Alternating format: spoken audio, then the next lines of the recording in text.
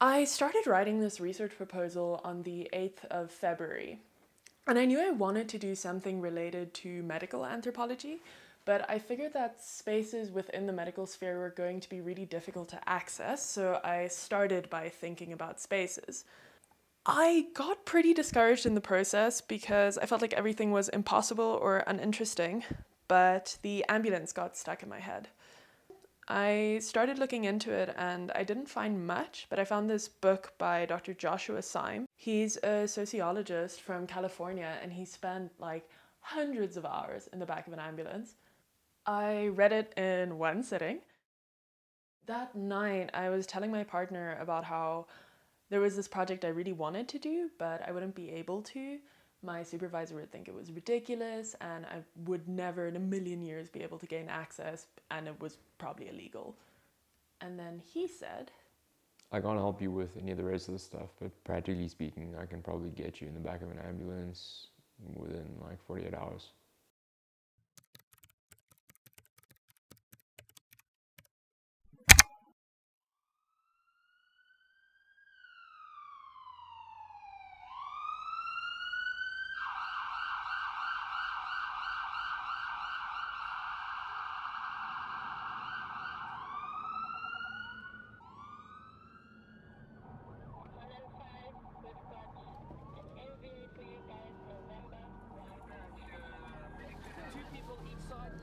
Dispatch response 6.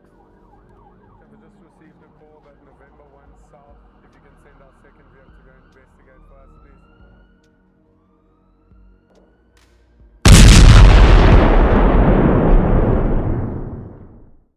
in general, a lot of the reportage on emergency medical services is quite sensationalist. When you add to this the way paramedics are depicted in fiction, you end up with this very gritty caricature of paramedics as like tragic heroes working in the underbelly of the big city. They're really traumatized, but they're also stoic. And look, there might be some validity to this. It does seem like a really tough job, and especially so in the South African context.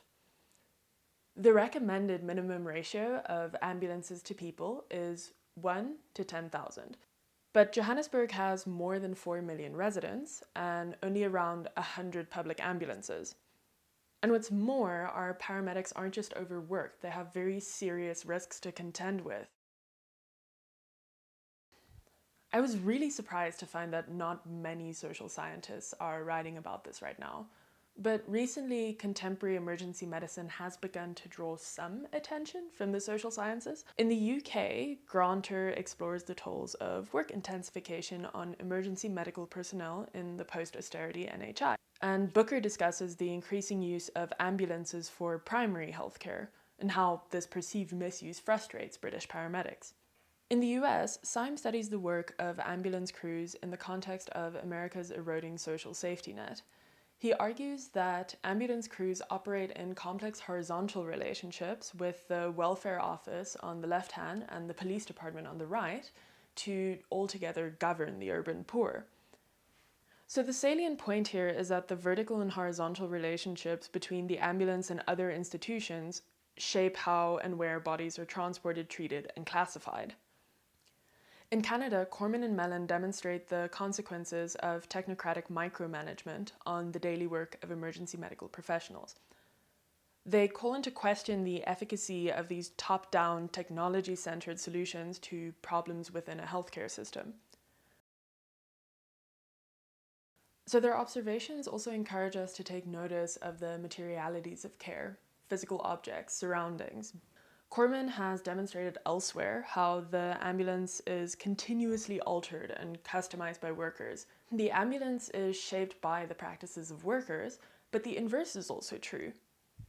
It's like Daniel Miller argues. Objects are powerful, and it's not only because they constrain and enable our actions.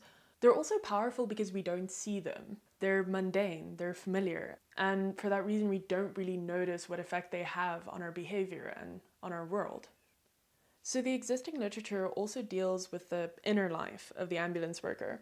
Ambulance work is generally regarded as intrinsically stressful, as traumatic, but it's also intrinsically rewarding, to people of certain dispositions at least.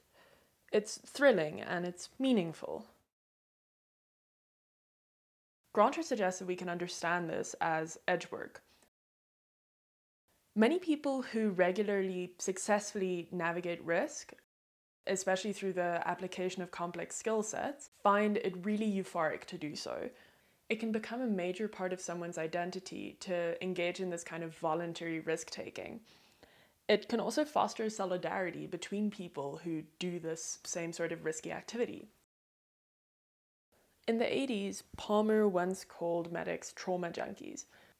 He did this because they preferred exciting and bloody emergencies over the boring everyday kind of ailments. 40 years after Palmer, medics in California still prefer legit calls over bullshit calls.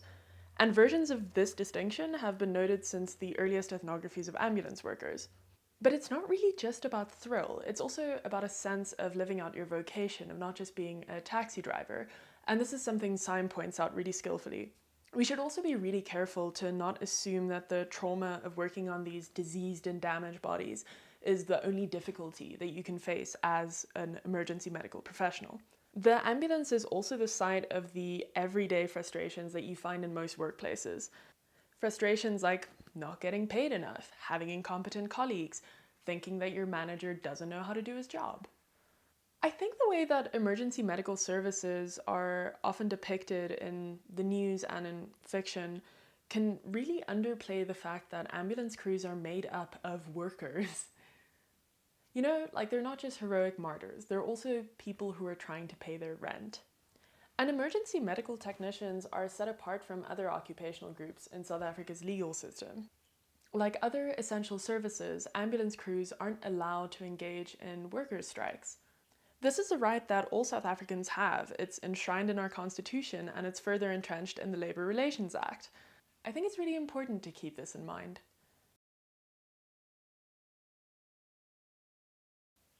Okay, let's talk about my research question. What material and social relationships, broadly construed, emerge from the everyday work practices of emergency medical professionals in the context of a private ambulance service in Johannesburg, South Africa? In other words, how are the mutually constitutive relationships between people, institutions, and the material world implicated in the ways in which EMS personnel practice, understand, and navigate their daily work? So there's a lot here. So I'm talking about material conditions because I'm coming at this from a critical medical anthropology angle. The salient point of critical medical anthropology is that the medical system is shaped by the interests of the global bourgeoisie. The historical and political and social causes of suffering are obscured when they're medicalized and turned into disorders in individual bodies. So the way we understand illness and how to cure it is political. As an example, Meryl Singer analyzes how the death of Juan Garcia could be connected to the history of colonialism, Puerto Rican ideals of masculinity, and the death of industry in northeastern America.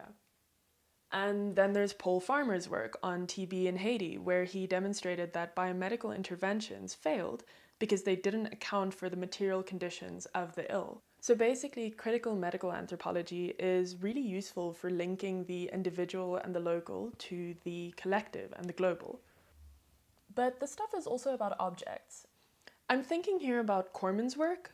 By looking at the physical technologies of observation, he learned quite a lot about the nature of emergency medicine in Canada and about the everyday risk assessment work of paramedics.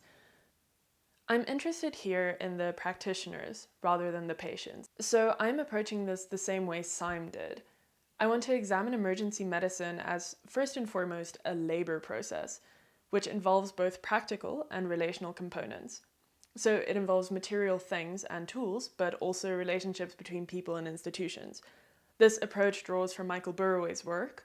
He was actually Syme's supervisor, so that makes a lot of sense. This bit here is about assessments and emotions and narratives and coping strategies. So basically I'm interested in how all of these different bits come together in the work paramedics do every day. Does that make sense? I don't feel like this is a really great mind map. So this is an ethnography, and I'm mainly doing participant observation. I've gained access to a private ambulance service in Johannesburg, and I'll be riding along and hanging out at the station for 6 months, probably more. I'll be doing some informal interviews with ambulance workers and supporting staff, and I am currently seeking out other interview subjects who work in this field. Ethically, I have a few main concerns. Obviously, I want to be sure I protect my informants' identities and that I obtain informed consent. And then there's site-specific concerns, like I need to be sure that I'm staying out of the way while paramedics work so that I don't obstruct care or put anyone at risk. And yeah, ethics in practice is really messy, especially but not exclusively in the social sciences. So I do need to take into account things that aren't on the checklists. And I think for a more detailed discussion of this, I would urge you to refer to the written proposal. So that's pretty much it. That's the research proposal. There are a few last things I want to say before I go. This is very much a pre-pandemic proposal. I handed it in on like the 9th of March. Things have changed quite a lot since then. I'm not exactly sure how this is going to affect my research questions or the data I ultimately collect. I have no idea if it's going to affect my access quite yet. I'm still figuring a lot of it out, but I think it'll be fine. And that's all. I'm very grateful for your time.